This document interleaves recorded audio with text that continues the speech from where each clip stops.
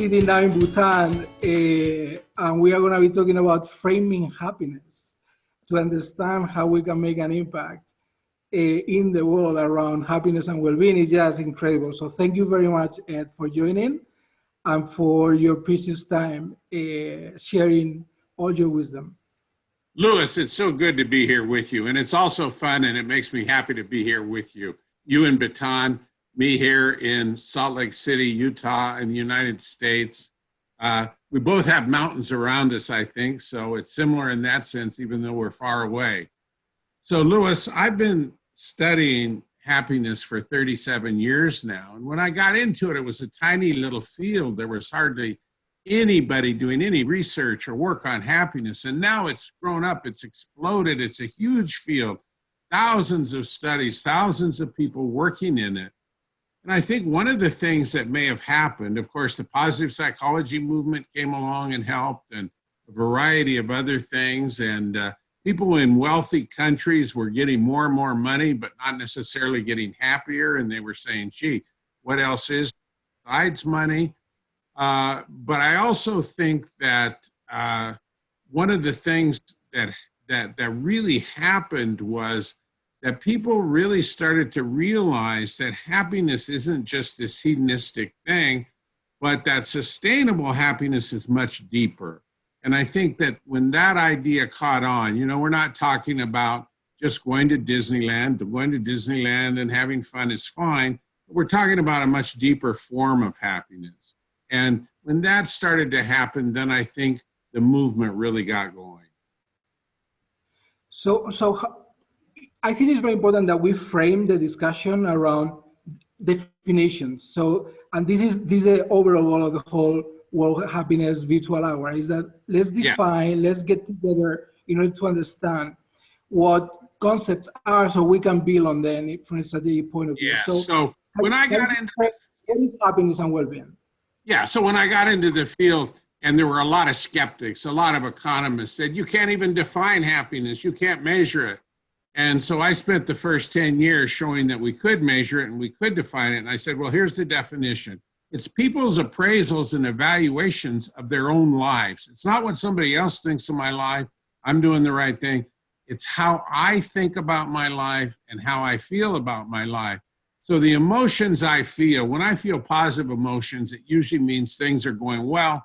When I feel negative emotions, unpleasant emotions, it means something's wrong. I got to change it. Those are evaluations of my life, feeling meaning and purpose in life, being satisfied with my life, my marriage, my health, my work. All of these are various sorts of evaluations of my life, appraisals. Is my life going well or badly? That's how I define subjective well-being, what we've called subjective well-being. One of the reasons that we went to that term is that happiness can mean different things to different people. That's understandable. It's a popular term. So we tried to narrow it down. Nonetheless, that's when I say happiness, that's what I mean by it, how people are appraising their own life. Now, we came to measurement. Professor said, you can't do research. Mr. Diener, I was a young student, and he said, you can't do that. You can't measure happiness. We can measure depression, but there's no way to validly measure happiness. So I went away and did research on aggression for 10 years. And then I came back to it when I got tenure. And now they can't fire me from the university. And I said, okay, I'm going to measure happiness. We made up measures. But then the like life satisfaction, which has been used thousands of times. But the point was, are these measures valid and how much biases? So we've spent a lot of time showing there's quite a bit of validity. There can be some small biases, people's current mood and so forth. Most of those biases are controllable, or we can assess them, we can get around them. So I don't think the measures of happiness are perfect, but they're pretty darn good now. I would give them a B on an A to F scale. They're pretty good. They're not perfect, but they're as good as economic measures, probably. So we can measure life satisfaction. It predicts things. For example, it predicts the likelihood somebody will commit suicide in the future in the next 5 years. It correlates with biological things. It correlates with what family and friends say. So we think our measures are pretty good. So now we have the basis of a science of happiness. Well, the first thing that you're going to wonder then when you're developing a science of happiness is what causes happiness? And that's what, of course, still everybody worries about. What is happiness? What causes it? And we did a lot of research, probably 20 years. We looked at personality and genetics. We looked at culture and society. Of course, your society can have a huge, if you're in a war-torn zone, a place like Syria, it's harder to be happy. It's not impossible, but much more difficult. We looked at things like friendships. Marty Seligman and I found that every happy person we studied, extremely happy person, had good supportive social relations. No exceptions. There wasn't anybody, which is amazing because in psychology you usually find, well, kind of on average it's true. No, this was not on average. This was everybody. So we said social relationships, personality, the society you live in, we're discovering some of the things that cause happiness. And one of the other things in reference to culture, being that you're in Bhutan, that was quite interesting is a few of the things we suspected were universal predictors of happiness weren't. They were predictors in Western countries, but not so much in other cultures. Take self-esteem. So our daughter Marissa and I did a study where we looked at self-esteem and life satisfaction across cultures. We said, oh, self-esteem is probably this is even bigger than social relations, whether you like yourself. But it wasn't. It turned out that in a place like Southern India, that self-esteem was not predictive in women of how satisfied they were with their life. Self-esteem is a more Western individualistic idea. So we found out some things also that were common sense, but it turned out not to be true, that they weren't universal predictors of happiness. So that was the first 20 or so years of my research, trying to build a science, and really the basic science, not applied, not going out and making people happier. Then a couple new things happened starting around the year 2000 when positive psychology started going. One was we started saying, but is happiness really a good thing? Some people are saying, no, happy people are kind of stupid, right? They don't understand the world. They don't understand how bad the world is. That's why they're so darn happy. They're sort of ignorant or dumb or whatever. And there were really a lot of people sort of saying that, even writing books about that people get in trouble when they're happy. So we started saying, is that true? We started looking at that. Is happiness a good thing? The second thing we started saying is, when we started finding it is a good thing, what about happiness for policy? And I started talking to economists. Economists really have quite a bit of influence in some policy circles. So we started talking to economists about whether we could measure happiness as a supplement to economic measures. Say, okay, having a developed economy is important. You can have better health, you can feed people, you're not going to starve to death, you can have housing and so forth. We're not saying economics is unimportant, but we're saying it's not all there is. Can we go beyond that with well-being measures and say what else is important? And occasionally also economic development can be a bad thing. It can have some negative influences on the environment and so forth. How can we measure that trade-off? So that was the second one, the policy one. And then the third one, which is the most recent one, is interventions to raise well-being. And we've been talking more about that in the last couple of years. So let me go back to the first one, Luis, and that is the benefits of well-being. I wasn't a true believer. I wasn't like, oh yeah, happy people are probably better, smarter, and all. No, I didn't think that. I heard this stuff like, oh, if you're happy, you can overcome cancer and all that. And I'm like, boy, I'm skeptical of that. I had a sister who died of cancer, and I don't know that it, was going to help her at all. So I was a very skeptical guy coming into what are the effects of happiness, not thinking, oh yeah, it's great for everybody to be happy and then the world will be a perfect place. But what I found in almost every instance, in almost every study we did, that on average, happy people were doing better. They were healthier, they lived longer, they had stronger immune systems when we measured things like inflammation and different immune parameters. They sometimes had lower blood pressure. they were just healthier and furthermore lived a few years longer. Now, like anything else, happiness isn't a guarantee. There's other things, not smoking, exercising, and so forth, that come in. Interestingly, though, happiness affects those things. We find that happy people are more likely to exercise, more likely to wear seatbelts, more likely to eat nutritiously, less likely in most cultures to smoke. It's really very interesting. So the health is influenced by happiness, but health behaviors are too. The second one we found was that social relationships help happiness, but happy people have better social relations. So when you look at marriage, the people who are happily married, if you get longitudinal data and you go back to when they were 18, way before they got married, way before they ever met this person, they on average were happier people than the people who have unhappy marriages or who get divorced. Ah, that's interesting. Happiness influences not your marriage, just influencing your happiness. We found it was citizenship, work productivity, on and on. Resilience to stress, happy people bounce back more quickly. Then critics said, yeah, but happy people, they may have better lives themselves, but they're not better for society because they're unconcerned with world problems. We got global warming and we've got all kinds of homelessness in the US and the opioid drug epidemic. Happy people just are concerned about themselves. They don't care about that stuff. So we said, oh, is that true? Let's look at it. Let's not just say, is it true or not true? Let's look at data. What we found is that happy people are as concerned, even though they're happy, they still worry about world problems. They still see that there's world problems. But the interesting thing is, guess what? They were more likely to do something about it, to get involved, than unhappy people.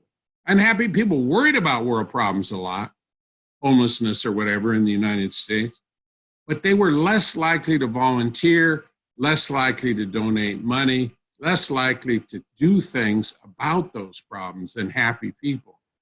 So we said, wow, this is starting to get a very strong case. Now we can go to policymakers and say, you want to make policies that are going to make people happier, and they say, oh yeah, happiness is flaky and that's a luxury. We gotta get serious here. We got to worry about education and health and that stuff. Happiness is not for the government. We say, oh, wait a minute, listen to this. These things you care about are influenced by happiness. The very things like health and longevity that you are worried about, happiness is a strong predictor. It's like not smoking. It's like exercising. In fact, in our data, it's stronger than exercising, being happy in terms of predicting longevity. It's much stronger than the diet you eat. Eating fruits and vegetables is a good thing for your health and longevity. Happiness is a stronger predictor. So now we start saying, oh yeah, leaders of business organizations, CEOs of corporations, policy leaders, national government, local municipal leaders, you better care about happiness because it's going to influence all those other things you care about. And we think the data are really getting to be very strong now. It's longitudinal, experimental, it's not just correlational and so forth. So I was in New Zealand a few weeks ago. We were talking in the Parliament building. Some of the various ministers of the New Zealand government are there and so forth. And a lot of government people working there. And they said, this is an argument that's going to start to catch the attention of policymakers, because so many of them are like, hey, we're serious people. We don't care about happiness. We're out there making a, meaning and purpose and, all these serious things. And we say, yes, but this is a serious thing. Sustainable happiness has the effects you care about. So this is a very big thing. And we think Bhutan, of course, has been one of the leaders, gross national happiness, but we're starting to see it. New Zealand people looking into it. Of course, the United Kingdom has been on the forefront, measuring well-being and using that to inform policy. And Richard Layard there in the House of Lords, He's gotten several $billion more money for mental health treatment. How did he do that? By showing that of all the different illnesses, cancer, heart disease, and so forth, the one that produces the most misery, the most unhappiness, is mental health, mental illness. And guess what? It's one of the most, if not the most, underfunded. A lot of money goes into cancer. It's been very good. It's been pretty successful. A lot of money goes into some of the other diseases, those diseases that tend to get a lot of sympathy and so forth. Mental illness, huge. It affects the person. It affects their families. It gets very little money. So when he showed that with the happiness measures in the United Kingdom, all of a sudden, Parliament voted for much stronger funding. So that's an example of where happiness measures can complement and supplement economic measures, because the economic measures really didn't show that. And then, Luis, and then we can break and have some questions and discussion that we've been working on is the intervention for happiness. And there's a lot of interventions out there. Robert, our son, and I are writing one for the Sustainable Network Development Group at the United Nations, a chapter on interventions. There's a lot of single interventions that focus on one thing: mindfulness, meditation, social relations. And then there's some, like our intervention, that focus on a lot of them. Not just, it includes mindfulness, but also social relationships, evaluating your goals and values and activities to see if they're in line with each other and so forth. We call ours Enhance. We're doing research on it now. And the interesting thing about these interventions is they seem to work. They seem to be able to raise people's happiness some. Now, they probably are not magical in the sense if you live in a terrible society, they're going to raise your happiness, but they're not going to make you elated. But they seem to work in this sense. People's life satisfaction goes up, their enjoyment with life goes up. In many of the studies we've got now, randomized controlled trials, really rigorous experimental trials, people's well-being goes up, but interestingly, also some other things go up. Their health improves a little bit. They have fewer sick days at work. Now notice, we're not trying to make them healthier in our intervention. We're not going out there and making them take pills or exercise and so forth. We're intervening about their psychological well-being, and yet they have fewer sick days. Very interesting. Furthermore, better cognitive measures, neuropsychiatric measures like better attention and memory. These are objective measures, so it's not just self-report. It's not just people saying they're happy, but they actually have some objective factors that look like they're happier. Some of the biological measures are there. They are a little bit weaker, but sometimes significant, lower blood pressure and so forth. So we are very encouraged, not just by our Enhance, which is still in the experimental stage, but other groups are working on interventions as well. And these interventions seem to really be so promising. So what we're saying to governments now is there's two directions. One is improving the societal things like your communities, like having more community neighborhood activities. Those things can bind neighborhoods and make it a better place to live. And then the interventions that we're talking about are individual interventions for the person, how they see the world, how they interact with the world. So at both levels, societies can intervene to try to improve people's lives. So that was a lot once, yes. Well, this is a spectacular. I mean, the way that you structure and the way you frame from a very strategic point of view, I think that's what is making an impact today at the public policy level. And we see that when you have the public policy reports, together with Richard Lyer, together with Martin Seligman and many others, one of the questions that I have is, we are getting to a point where we have more and more interest. How can we keep that momentum going?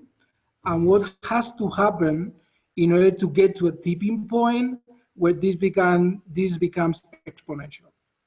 Yes. I mean, Had you asked me this just 10 years ago, I would have said, this is going to be a 50-year plan. Now I'm like, I don't know about that. Boy, I'll tell you, when I go to these meetings around, I'm like, this could be a 5 or 10-year plan. We may be close to that tipping point. Let me tell you why. At our meeting and at some of the other meetings that we have, the OECD is there. That's Office of Economic Cooperation and Development. This is huge. 35 of the richest nations in the world, members of this, and the OECD, remember, it's economics. That's who they are, economists. They have gotten on board with this. Why is this so important? They are certainly including life satisfaction in their measures now. And they realize how they supplement or complement. They're not saying they're magic and that, we should throw out all economic measures. They're not saying anything like that, but that we've got to include them. That is important because they help coordinate statistics between those countries. And when they say this, that you need to be doing that, all of a sudden these countries start coming on board.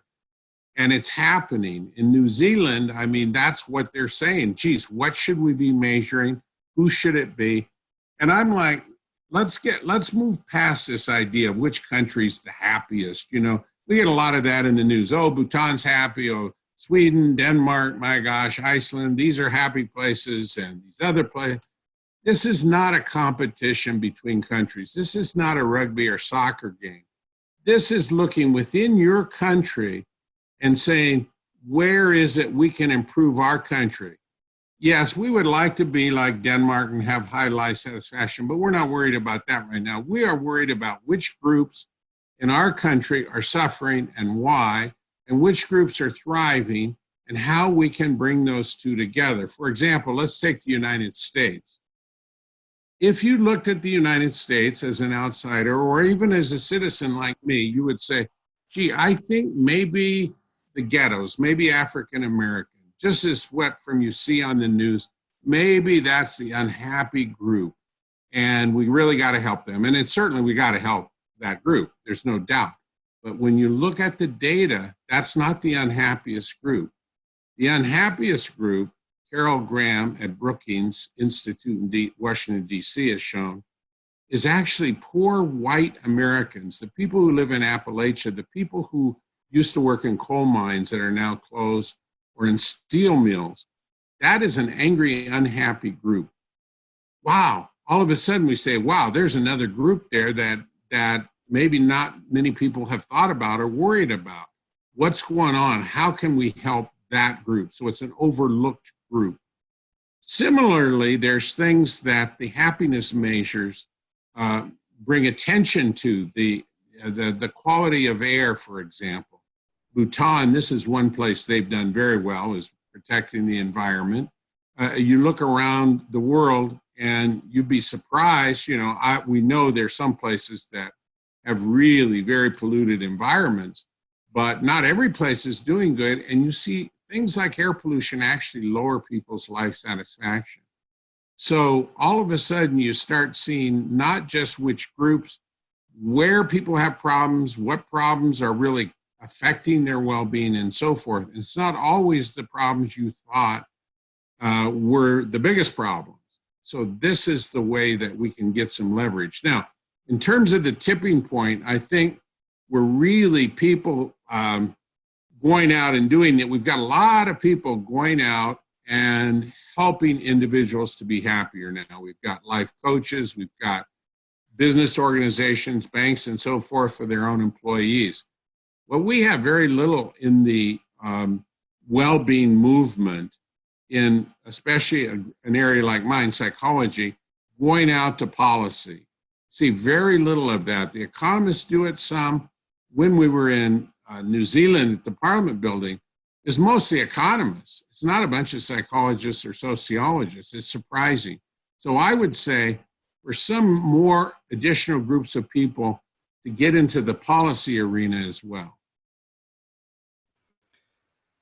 So we need more psychology connected into the policy arena. What about if we link that psychology actually with that space and those companies, the corporate world that actually is managing 50% of the wealth, because 50% of the wealth is managed by governments, 50% of the wealth is managed by corporations.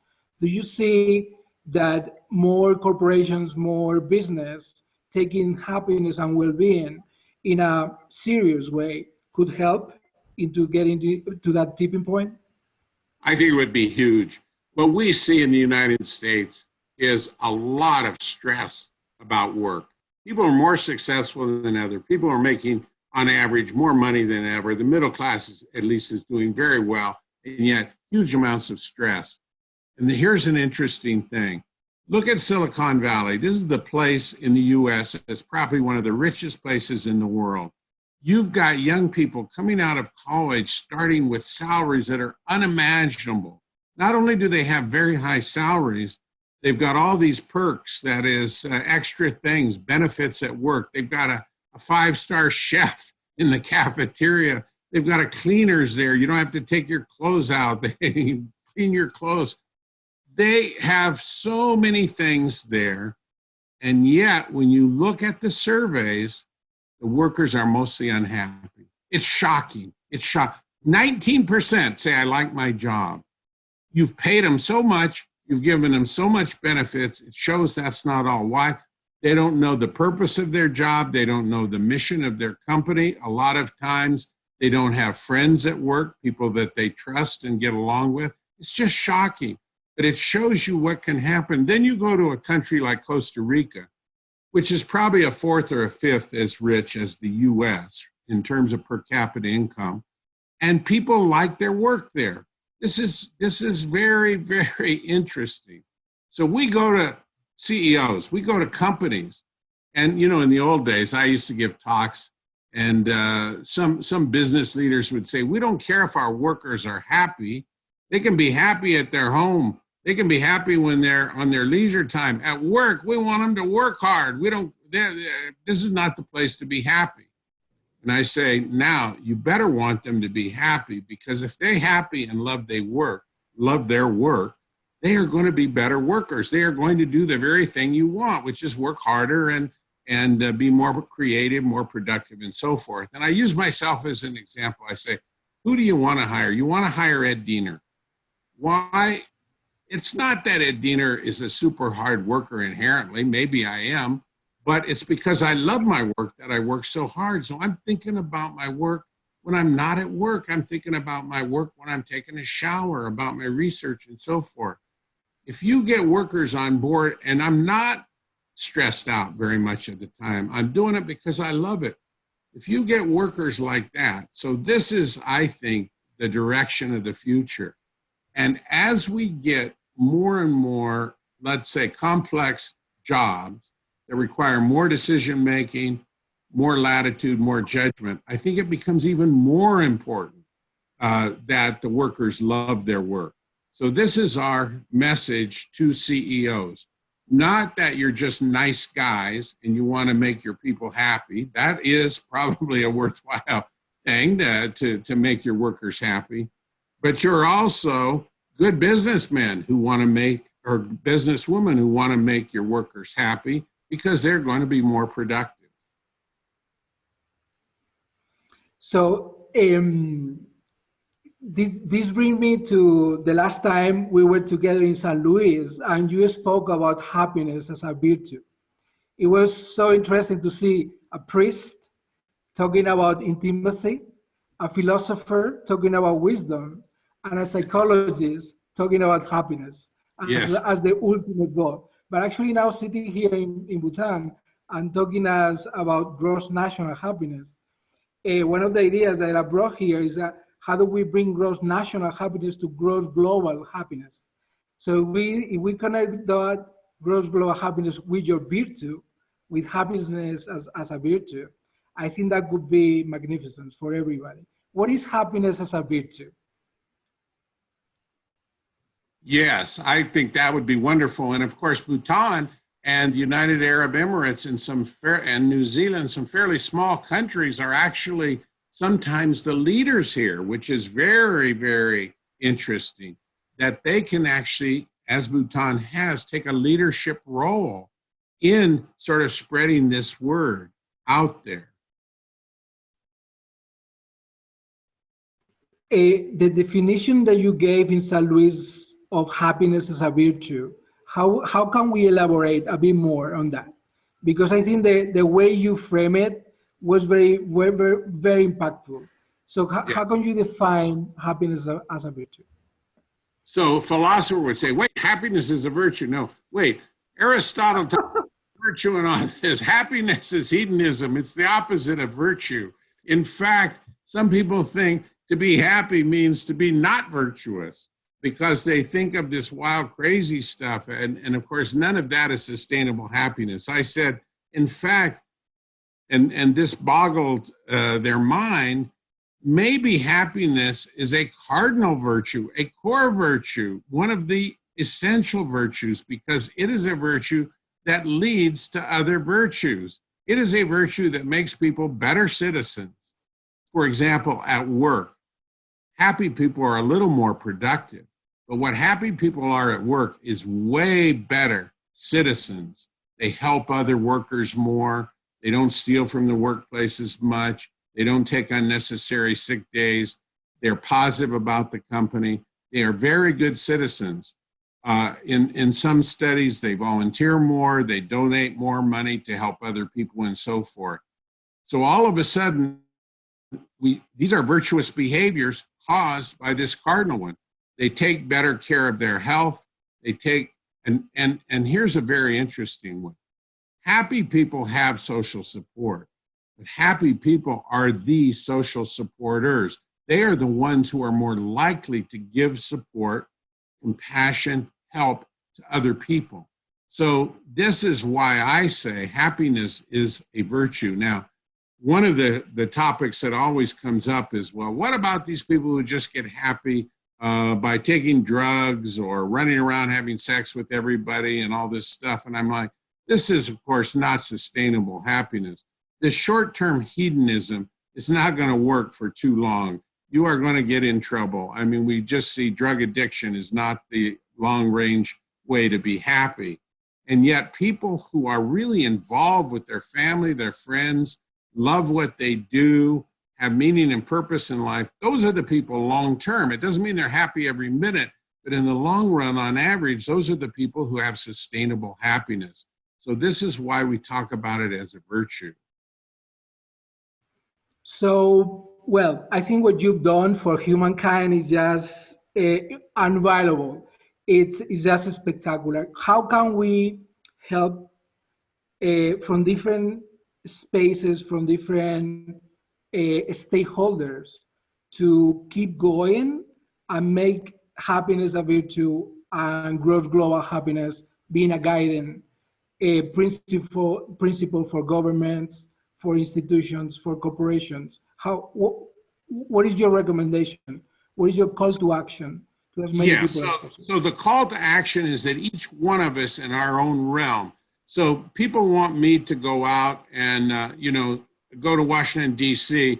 and go to New York City and work at the United Nations. I don't want to do that. I'm a researcher. I'm really pretty good at research and collecting data and analyzing data. Not everybody likes that, but our son is a coach.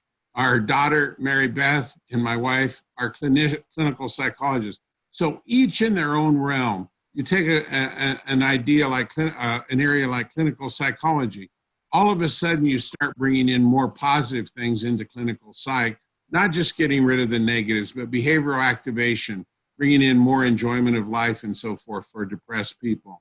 So in each different area, I think we have people.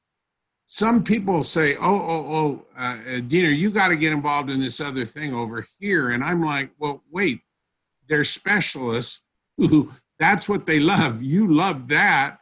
I'm not asking you to analyze data. People don't want to do that. So I think for each one of us, whether we're a coach, a clinician, a sociologist, an economist, the economists have a different role too, because they can start looking at economic data in terms of its impact on well-being in a way that most of the rest of us can't do very well. So I think for each of us to go out and do the best we can do in our particular area where we are an expert. Well, I think this is pretty clear as a call to action. You are making everybody accountable. So Oh, yeah. I love it. Yeah.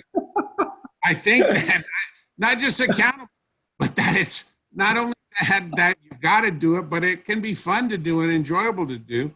And the amount of progress we're making makes it rewarding.